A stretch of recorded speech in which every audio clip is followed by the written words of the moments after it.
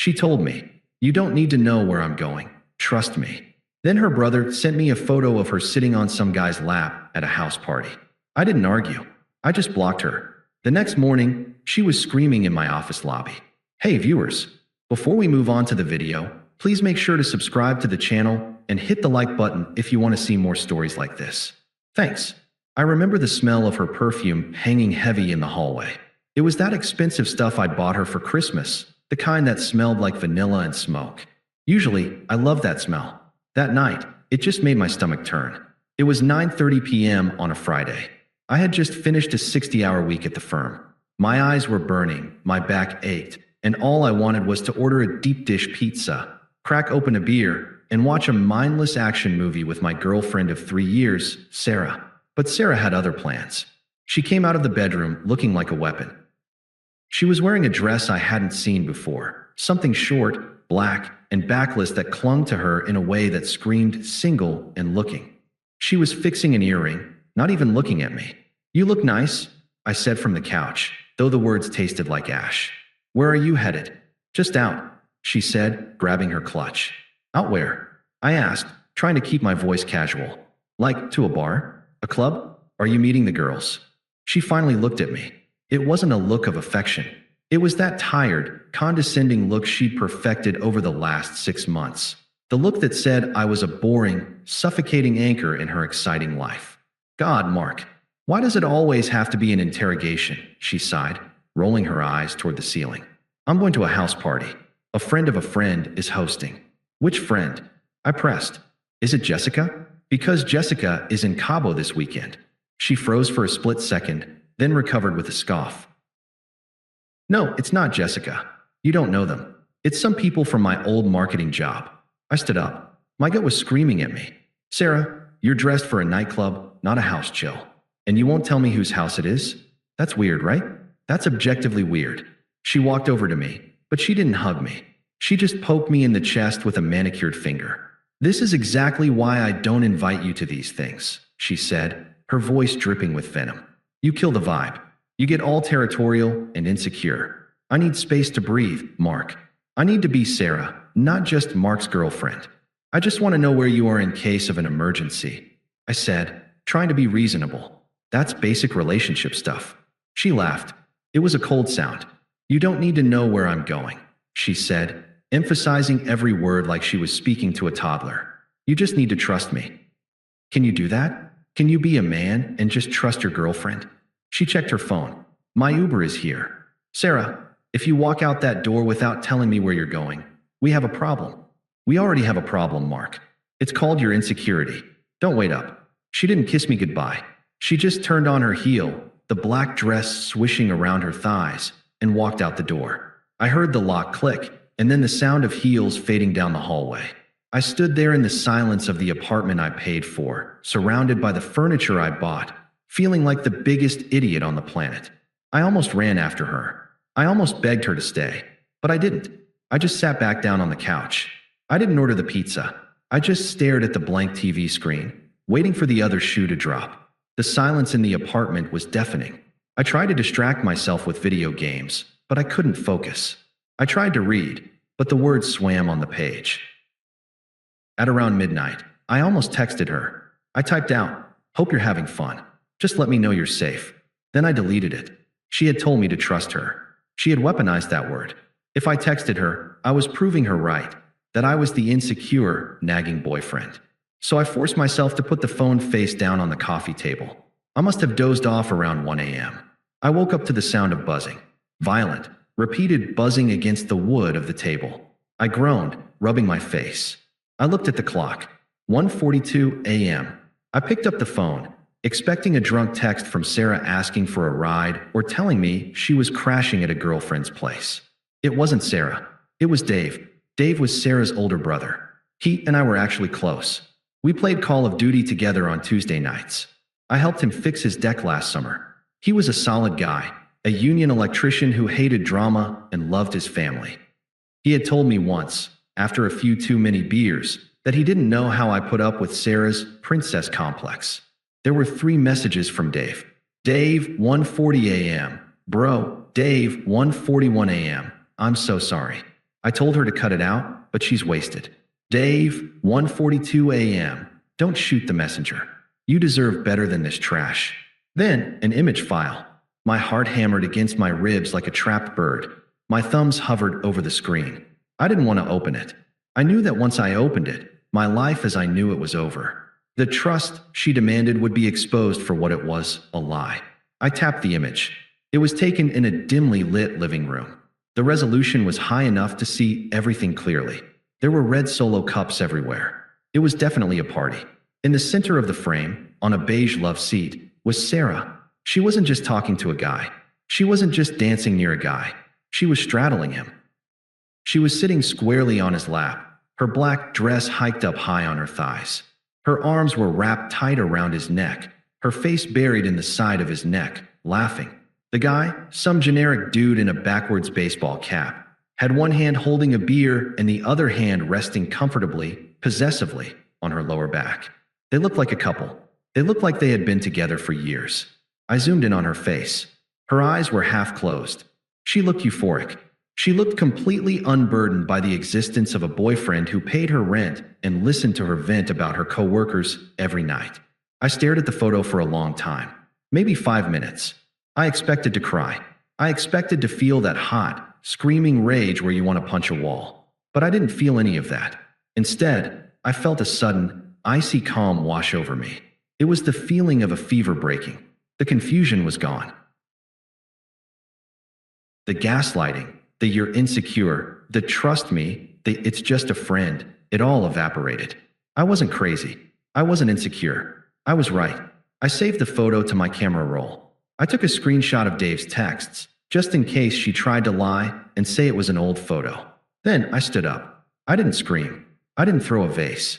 I moved with the efficiency of a man closing a business deal. I went to the kitchen and grabbed a box of heavy-duty black trash bags. I walked into the bedroom. I didn't pack everything. I didn't have time for that. I packed the essentials. Her makeup bag, her daily clothes, her laptop, her shoes. I swept her toiletries off the bathroom counter into a bag, not caring if the shampoo bottles leaked. It took me 20 minutes to fill 4 large bags. I dragged them to the front door and set them outside on the welcome mat. I didn't add a note. A note would imply there was something left to say. I came back inside. I went to the front door. I engaged the deadbolt. Then, I engaged the security chain. I sat down on the couch and picked up my phone again. I opened her contact. Block. I opened Instagram. Block. I opened Facebook. Block. I opened Snapchat. Block. I texted Dave back. Thanks, man. I owe you one. Seriously. Then I put my phone on Do Not Disturb, walked into the bedroom, and laid down in the middle of the bed. It felt bigger now. Cleaner. She had told me I didn't need to know where she was going. She was right. And now, she didn't need to know where I was going, either. I closed my eyes, and, for the first time in months, I slept like a baby. The real show was going to start in the morning, and I needed to be rested. I woke up at 6 a.m. without an alarm. That hadn't happened in years. Usually, I woke up to Sarah's snoozed alarm going off 4 times, or her tossing and turning because she was stressed about a presentation she hadn't prepared for. But this morning, the apartment was still. It was a heavy, peaceful stillness. I sat up and stretched. My back didn't hurt. My head was clear. It was strange. I knew I should be devastated. I knew the societal script said I should be curled up in a ball, weeping over the betrayal. But the truth was, I felt lighter. It was as if I had been carrying a backpack full of rocks up a mountain for 3 years, and someone had finally cut the straps. I reached for my phone on the nightstand. 47 missed calls, 12 voicemails, blocked messages, hidden. The notifications were a wall of red. She had started calling around 8 a.m., which meant she hadn't come home last night. She had stayed with him. She had woken up in a strange bed, probably hungover, reached for her phone to check in with her safety net, me, and hit a digital wall. I didn't listen to the voicemails. I didn't check the blocked texts. I didn't care what her excuse was. Was she going to say her phone died? That she fell asleep on a couch? That the photo was photoshopped? It didn't matter. The court of my opinion had already adjourned, and the verdict was final. I got out of bed and started my routine. I showered. I shaved. I took my time picking out a suit, charcoal gray, crisp white shirt, a tie I usually saved for client meetings. I wanted to look sharp. I wanted to feel armored. When I opened the front door to leave for work, the black trash bags were still there on the mat, exactly where I had left them. She hadn't even come back to the apartment yet. She had gone straight from the party to wherever she was now. I stepped over the bags, locked the door, and walked to my car. The drive to the office was silent. No radio, just the hum of the engine. I thought about the word trust. She had used it like a shield, hiding behind it to do whatever she wanted. She wanted the freedom of a single woman with the security of a committed relationship. She wanted me to pay the rent and kill the spiders, but she wanted to sit on another man's lap and feel the thrill of the new. She wanted to have her cake and eat it too. Well, I had just taken the cake away. I pulled into the parking garage at 8:30 a.m. I grabbed a coffee from the lobby cafe. I took the elevator up to the 14th floor, greeted the receptionist, Linda, with a genuine smile, and sat down at my desk. I was productive. I answered emails. I reviewed spreadsheets. My coworkers asked me how my weekend started, and I said, surprisingly refreshing. I was in the zone. I was moving on. Then, at 10:15 a.m., the phone on my desk rang. It was Linda from the front desk. Her voice was hushed, uncomfortable. Mark, I'm really sorry to bother you. What's up, Linda? There's a woman down here. Sarah? She says she's your girlfriend. Mark, she's causing a bit of a scene.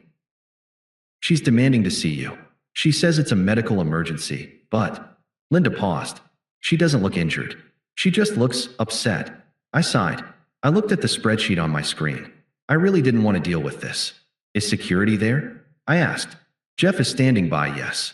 Okay, I said, my voice steady. Tell her I'm coming down. But Linda, if she screams, have Jeff remove her. Understood. I hung up the phone. I adjusted my tie in the reflection of my monitor. Then, I stood up and walked toward the elevators. I wasn't going down there to argue. I was going down there to close the file. The elevator ride down felt like it took an hour, though it was only 30 seconds. When the doors slid open, the cool, conditioned air of the lobby hit me. Our office lobby is all glass and polished marble. It's a place of business. Lawyers, accountants, and consultants walk through there in $1,000 suits, speaking in hushed tones about mergers and acquisitions. And there, in the middle of this pristine environment, was Sarah. She was a visual car crash. She was still wearing the black dress from the night before, but in the harsh daylight, it looked cheap and tawdry. It was wrinkled and stained. Her heels were in her hand. She was barefoot on the marble floor. Her makeup, the smoky eye she had spent an hour perfecting, was smeared down her cheeks in raccoon streaks. Her hair was a bird's nest of tangles. She looked like the aftermath of a bad decision. She was pacing back and forth in front of the reception desk, arguing with Jeff, our security guard. People were staring. A group of partners from the law firm upstairs were whispering as they walked past. When she saw me step out of the elevator, she stopped pacing. Her face crumbled. Mark, she shrieked. The sound echoed off the glass walls. She ran toward me. Jeff took a step to intercept, but I held up a hand to stop him. I stood my ground, hands in my pockets, my face completely blank. She stopped 2 feet in front of me. She smelled like stale vodka, sweat, and regret. Why is the chain on the door? She demanded, her voice trembling between rage and panic. Why is my key not working? Why are my bags on the porch? And why the hell are you blocking me? You're making a scene, Sarah, I said. My voice was low, calm, and professional. Lower your voice. Don't you tell me to lower my voice, she yelled, pointing a finger in my face. Her hand was shaking. You locked me out. I had to take an Uber here with no money. I had to beg the driver to wait. What is wrong with you? Are you having a psychotic break? I'm not the one barefoot in a corporate lobby, I noted dryly. I stayed at Jessica's, she lied. The lie came out so easily, so practiced. My phone died. I fell asleep. And I wake up to find you've evicted me? That's illegal, Mark. You can't just throw me out because you're insecure. Jessica's, I repeated. Yes, Jessica's. We had wine. We watched a movie. I passed out. God, you were so controlling. You couldn't handle not knowing where I was for one night. I didn't say anything. I just pulled my phone out of my pocket. I unlocked it, opened the photo gallery, and brought up the picture Dave had sent me. I turned the screen toward her. Jessica looks different these days, I said. Did she start lifting weights? Grow a beard? Wear a baseball cap? Sarah froze. Her eyes locked onto the screen. I watched the blood drain from her face. Her mouth opened, but no sound came out. The righteous indignation, the anger, the entitlement, it all vanished in a nanosecond, replaced by pure, unadulterated terror. She recognized the photo. She recognized the moment. There was no spinning this. There was no "it's just an angle" excuse. She was wrapped around another man like a vine. "Mark," she whispered. That's not. Don't." I cut her off. "Don't insult my intelligence." "It was a game," she blurted out, her voice pitching up into hysteria. "We were playing a game. Truth or dare. It meant nothing. He's gay. He's my cousin." "Stop," I said. The word was sharp, like a whip crack. "It's over, Sarah. Who sent you that?" Her eyes darted around, looking for a scapegoat. The anger flared up again, desperate and defensive. "Did you follow me? Did you hire someone? You psycho. You stalked me." "I didn't stalk you," I said. "I was asleep. Until your brother texted me." That hit her harder than the photo. She recoiled as if I'd slapped her. "Dave," she gasped. "Dave sent that. Dave thinks you're messy," I said. "And he thinks I deserve better. He's right." She started to cry then. Not the angry tears from before, but the ugly, desperate tears of someone realizing the walls are closing in. She reached out to grab my arm. I took a step back, out of her reach. "Mark, please," she sobbed, snot running down her nose. "Please, let's just go home. Let's talk about this. I was drunk. I made a mistake. I love you. You know I love you. We're a team. You can't throw away 3 years over one photo." "I can't," I said. And I did. "But where will I go?" she wailed. "I have nowhere to go. My parents won't take me if Dave told them." "Mark, you're my home." "I was your safety net," I corrected. "And you cut the ropes." People were really staring now. Linda looked uncomfortable behind the desk. Jeff was stepping closer, sensing the volatility. "Mark, look at me." She tried to summon that old manipulation, the doe-eyed look that used to make me fold. "I'm sorry. I'm so sorry. I'll do anything. I'll block him. I'll never go out again. Just tell me what you need me to do." I looked at her. I looked at the woman who had told me, less than 12 hours ago, that I wasn't man enough to trust her. I felt absolutely nothing. No love. No hate. Just a desire to get back to my spreadsheet. "You said something to me last night," I said, my voice carrying clearly in the quiet lobby. "You said, you don't need to know where I'm going." She flinched. "Well," I continued, "now the tables have turned. I don't care where you go, Sarah. I don't care who you're with. And you don't need to know where I'm going, either." I looked at Jeff and nodded. "Jeff, this woman is trespassing. Please escort her out." "No," Sarah screamed as Jeff moved in, grabbing her arm firmly but professionally. Mark, don't do this. You can't do this to me." "It's already done," I said. I turned my back on her. "Mark," her scream was guttural, raw. It followed me as I walked back toward the elevators. I heard her heels clattering on the floor as she struggled, heard Jeff telling her to calm down, heard the heavy glass doors open and the sounds of the city swallow her up. I pressed the button for the 14th floor. The doors slid closed, cutting off the noise, the drama, and the toxicity. I adjusted my cufflinks. I took a deep breath. The elevator started to rise, and for the first time in 3 years, I felt like I was truly going up. The fallout wasn't an explosion. It was a slow, pathetic crumble. Jeff, the security guard, later told me that Sarah sat on the curb outside the building for an hour, crying into her phone, before a beaten-up Honda Civic pulled up to collect her. It was her mother. I didn't watch. I was upstairs, closing a deal that would secure my bonus for the quarter. That evening, my phone buzzed.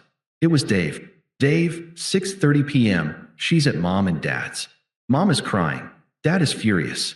She tried to spin it that you were controlling and abusive." I showed them the photo. They stopped yelling at you and started yelling at her. "Dave, 6:32 p.m., I'm sorry, man. Just wanted you to know she won't be bothering you at the apartment." Dad took her keys. I texted back, "Thanks, Dave. Let's grab a beer next week." My treat. And that was it. The silence I had craved for so long finally settled over my life. In the weeks that followed, I learned just how much chaos tax I had been paying. Without Sarah's impulsive spending, her emergencies, and her need for constant entertainment, my bank account started to look unrecognizable. I had money. Real money. I hired a cleaning service. I bought high thread count sheets.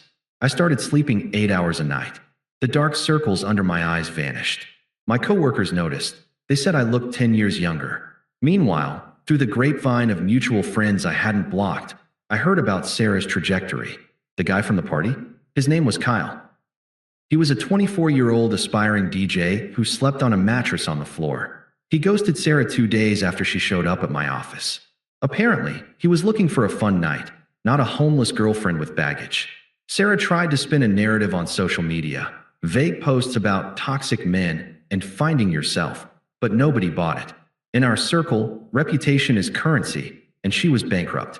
She was 29 years old, living in her childhood bedroom, sleeping in a twin bed, and working shift hours at a retail clothing store because she couldn't afford a car to commute to the city for marketing gigs. I didn't feel happy about her misery. I didn't feel sad, either. I felt the way you feel when you hear about a stranger crashing their car because they were texting. It's a tragedy, but it was entirely preventable, and I wasn't in the passenger seat anymore. I was free. 6 months later, I received an invite to a wedding. Mike, a college buddy of mine, was marrying his longtime girlfriend. Sarah and I had both been invited months ago, back when we were a happy couple. I debated not going. I knew she might be there, but then I looked in the mirror. I was in the best shape of my life. I had just been promoted to senior consultant. I had nothing to hide and nothing to fear. I went alone. The reception was at a vineyard. It was elegant, expensive, and beautiful. I mingled, holding a scotch, laughing with old friends. I didn't scan the room for her. I didn't care. But, inevitably, the universe forced the encounter. I was standing near the open bar, waiting for a refill, when I felt a tap on my shoulder. I turned around. It was Sarah. She looked tired. That was the only word for it. She was wearing a dress I recognized, one she had bought 3 years ago. Her hair was done, but her smile was tight, strained. She looked like someone who was trying very, very hard to project happiness and failing. "Hi, Mark," she said. Her voice was small. "Sarah," I nodded, polite but distant. "Good to see you." I turned back to the bartender, took my drink, and started to walk away. "Wait," she said, stepping in front of me. She looked desperate for engagement. "Can we just talk? For a second? Please? I feel like we never got closure." I stopped. I looked at her. "I got my closure when I saw the photos, Sarah." She flinched, but she pressed on. I know I messed up. I've been doing a lot of work on myself. I'm living at home, saving money. It's been really humbling." "Good for you," I said. "I hope it works out." "I miss you," she blurted out. She reached for my hand, but I shifted my glass, effectively dodging her touch. "I miss my best friend. I miss the life we had. Looking at you now, you look amazing. You look happy." "I am happy," I said simply.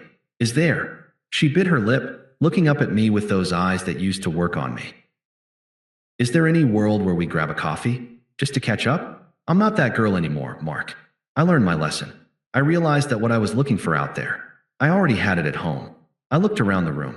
I saw the happy couple dancing. I saw people laughing. Then I looked back at Sarah. I didn't see a monster. I didn't see a villain. I just saw a bad investment. "Sarah," I said, my voice calm and final. "You didn't learn a lesson because you wanted to grow.